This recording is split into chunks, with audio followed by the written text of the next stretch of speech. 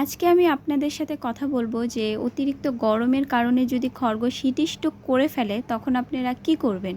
অতিরিক্ত গরমে কিন্তু খরগোশ হিট স্ট্রোক করে, তাই গরমের সময় আমাদের অবশ্যই খরগোশকে গরমের যত্নগুলো করতে হবে।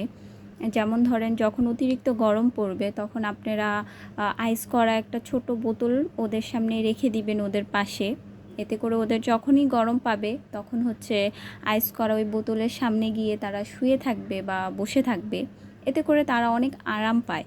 তারপর সপ্তাহে 3 দিন আপনারা গ্লুকোজ পানি বা স্যালাইন পানি ওদেরকে খাওয়াতে পারেন।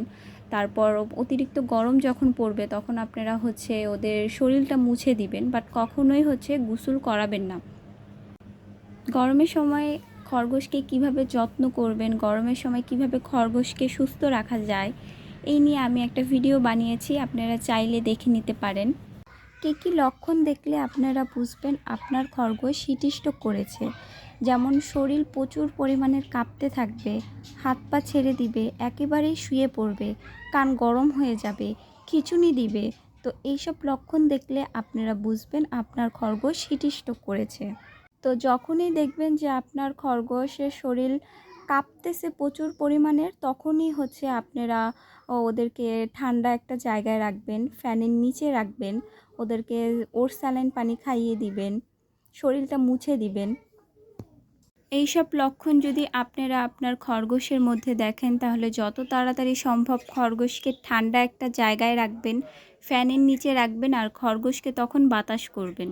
তখন খরগোশকে ঠান্ডা রাখার চেষ্টা করবেন। নর্মাল ঠান্ডা পানি দিয়ে কিছুক্ষণ পর পর সুতি একটা ভেজা কাপড় দিয়ে খরগোশের শরীরটা মুছে দিবেন।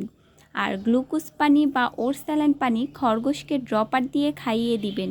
ফ্রিজের আইস করা বোতল তখন খরগোশের পাশে রেখে দিবেন।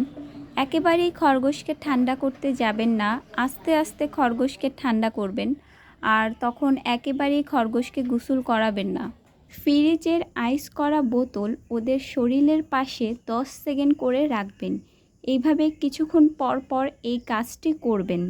এইভাবে খরগোশের ট্রিটমেন্ট করলে খরগোশ খুব দ্রুত স্বাভাবিক অবস্থায় ফিরে আসবে।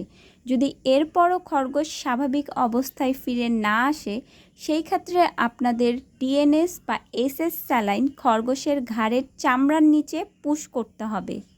ভিডিওটা যদি আপনাদের কাছে ভালো লেগে থাকে তাহলে অবশ্যই সাবস্ক্রাইব এবং লাইক দিয়ে দিবেন।